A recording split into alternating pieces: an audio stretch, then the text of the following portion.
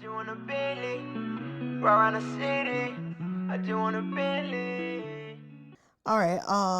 So I have a question. So during the interview, you spoke a lot about quotes and things you've learned from your pops, like things he have taught you, things he have told you, things that basically you've carried, throughout your journey of life. But how has basically your relationship with your father mold you and basically help you into becoming who you are today? Pops taught me almost everything I know. Everything, how I move, how I talk, everything. That's Pops. I'm talking about, see, coming from where we from, it's like Pops was just known in the hood like as this loyal, as this solid dude. Like no matter who talks about him, I've never in my life heard a person speak bad about my Pops. Never. About like on no level at all. Right. And he just respected. He stamped in the hood. So it's like, I just want to be that person. When a person come up to you, and I was talking to my brother about this, when a person come up to you and they say, listen, boy, I know you good peoples because your Pops is a good person. He's a great person. So I know you have no other choice but to be of him. Yeah, I understood that. So it's like, I don't have no other goal. No matter which route I went, I have no other goal but to be good to people. And that's just that. So basically he taught you to always like treat people how they should be treated or Yes. Okay. Respect is due to a dog. So how do you think he was able to actually still be this good person in this environment? Because in this environment you had drugs, you had prostitution, you had killings, you had gangs, you had basically anything that you can think of, stray dogs, cats, rivalries. Like, I think it was just his heart. It had to be. I'm not as warm-hearted as he is. Because me is like, yeah, you cross me, I'm going to forgive you just so, I can be at peace. But I'm in love with revenge, so I be fighting with myself, right. You know what I'm saying, to not get back, because it's always get back at him.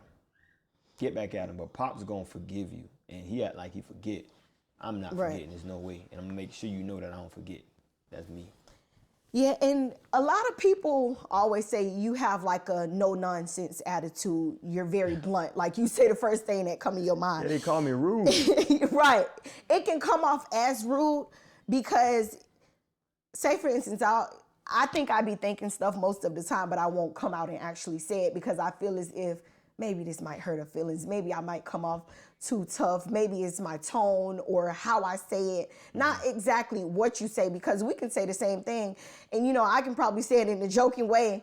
And, somebody can be more receptive of it. Right. I'm watering it down. I ain't doing none of that. But you just going to come out and just say, what the hell are you doing? Yeah, I ain't sugarcoating it. Definitely like you my friend, or if I feel like I can talk to you, it's just pretty much anybody. But I feel like I can talk to you, I'm going to talk to you. I'm going to say it. I'm not finna sugarcoat it exactly how I'm going to give it to you, exactly how I say it, exactly how I meant it. Right. Exactly how I meant it. So it's like, hey, you take it how you want to take it, but I'm going to let you know it's real. You never got to question. I'm very transparent. You never got to question anything with me because I'm going to let you know. That's pretty much what it is. So do you think, so you say your Pops ain't like that, right? No. So do you think you get that more from your mom or? Yeah, that's my mom's side right there. OG ain't holding nothing back. Whatever she need to tell you, she gonna get it off her chest. You know what I'm saying? What they say, I'm tell you what OG gonna do for sure. So you got a mixture of your mom and your dad? Most deaf. Okay. Most deaf. Okay. And how was your relationship with your mom? Oh, that's my girl. I'm a girl. A lot of people can't tolerate her because of that, because people wear their heart on their sleeve, they don't know how to react to certain things. But see me, she talk to me, I'm gonna talk to her. That's just what it's gonna be. We ain't gotta be disrespectful. Some people may take it as disrespect. Some people, I say, wear their heart on their sleeve to where somebody say one thing, they get in their feelings about it. First you wanna understand what this person is talking about. Right. If they ain't in your bubble getting aggressive or nothing crazy like that, they just words, they talking, you can always talk. You ain't gotta get physical. Cause with me, once you get physical, ain't no going back. Right. That's all it is. I So definitely do with understand. OG is like, she gonna say what she gotta say. And she once again, she respected, well known in the hood. So how was it with like the dynamics of your family, like with your mom being so stern, so hard, your dad being this loving, genuine person? Like how was it, growing up? I know sometimes people try to take advantage or, just basically, because it seems like your dad was like the soft teddy bear kind, like where people can come and get whatever they wanted from him. But on the other hand, it was just like your mom was the tough one. Like, Oh yeah, and I feel like it was a balance.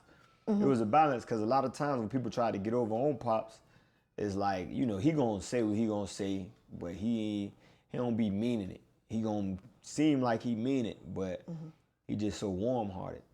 But then you want that cold-hearted part, mom's gonna let you know exactly what she need to let you know. Pop's gonna let you know too, best believe it. He gonna let you know. But mom's the one who gonna be stern on that. Pop's gonna lay back, forgive you, after a little while. Mom's gonna say, that was them who did that there. Cut it out, for sure. Right. So yeah, I think it was just a balance though. okay. And growing up, how many siblings do you actually have? 20 and counting. I'm just gonna say that. 20 and counting, but biologically they say 19 as of now, As of now, Pop's got 19, And how many of the 19 are your mom's kids? 4. So it's me, my brother Mikey, everybody know Mikey, and my 2 sisters, Ashley. Okay. So being that your dad, okay, I know you look up to your dad a lot. Your dad is basically like, your role model. Is that the reason why because you haven't stopped since you started, looks like, with having kids. Oh. How many kids do you have so far now? So I got 4. Four kids. Just had okay. 4. And what are the ages? 4, 2, 1, and about a week and a half. Okay.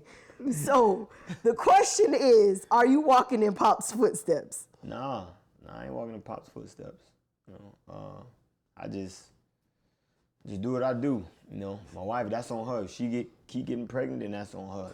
I don't get pregnant. Doctor said I can't get pregnant, so it's on her. So have you guys determined how many more you're gonna have, or is just whatever? She say she want 10. 10. Yeah, Okay. she say she want 10. So Yeah, I might as well go all the way. 19 ain't too far from 10. That's for sure. I'm saying. Long as you're able to, keep reproducing and taking care of them, why not? And that's the tough part there. Taking care of these kids costs money. Absolutely. Yeah. Okay. And how would you say your relationship is with all of your siblings? Like, being that it's so many of y'all, how was your pops able to basically take care of these kids, or like get all y'all together? Well, how he took care of them, man, it was a miracle. Let me just put it like that. It was a miracle, man. But as far as my relationship with him, I love all my brothers and sisters. And that's why I think I don't have as many friends. Because Pops wrote, like, when he raised us, he let us know, like, you don't need no friends. You got too many cousins, your family too big. All these brothers and sisters. What? I love all my brothers, all my sisters, no matter what. So do you have a close relationship with all your brothers and sisters, or like are you guys scattered all over, like in different states and countries and stuff? Like, not countries, but we scattered. We definitely scattered. It's just, I feel like my relationship close with all of them. Some can get a lot closer, but we getting there. We getting there. As we get older. I know, like, around holidays and stuff, it's, how do you guys fit in one house? Like, it's a lot, right? Just make it happen. Get a B&B or something. Right. Okay, and how is the relationship with, like, your siblings and your kids, and if your siblings have kids and stuff like that? How is that? So that's one thing we need to work on, though, is getting our kids together a lot more. Some of us do. But I feel like we need to do it a lot more, though, just so they can, know each other, be aware of each other and stuff. Okay.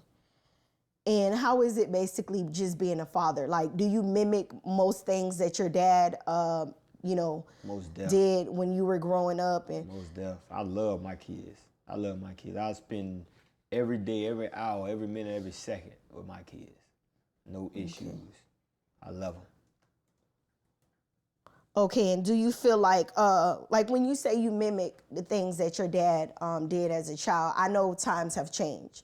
So, you know, certain things may stand, certain things may not. How do you feel like the things your parents did, not only your dad, but your mom too, like how do you feel like some of the things basically better prepared you as a parent? Well, I just get my ass tore up. That's for one. That's for one. A lot of people don't like to beat their kids, but look how it turned out. Look how my brothers and sisters turned out. You know what I'm saying? So it's like, hey, we all turned out good, and all of us got our ass whooped. So yeah, that's one thing I implement. You know, you know what I'm saying? Okay. But no, I just do as far as like mistakes and stuff that I feel like my parents made. I just don't, you know, I don't mimic them. That's it. And mistakes as in like what, like raising your kids in the hood, or like That what do you that as a, you know, I wouldn't, well, not really that, you know.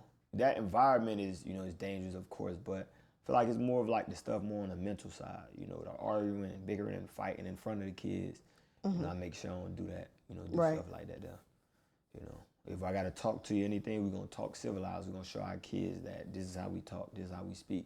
We're not finna be around here hooting and hollering, doing all that. No, we ain't putting our hands on each other. No.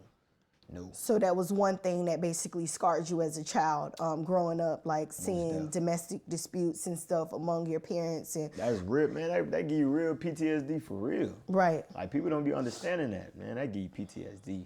It give you emotional damage. It give you emotional damage, boy. So you just gotta make sure, like, when you around these kids watch everything. So you can't be arguing and yelling and saying these disgusting words and stuff to your you know, significant other. Definitely a person who you're Right. supposed to love. Your kids look up to y'all relationship. They don't, Exactly. you know, this is mom, this is dad, or however, you know, your household is. So, you know, you gotta be that mentor, you know, be that role model.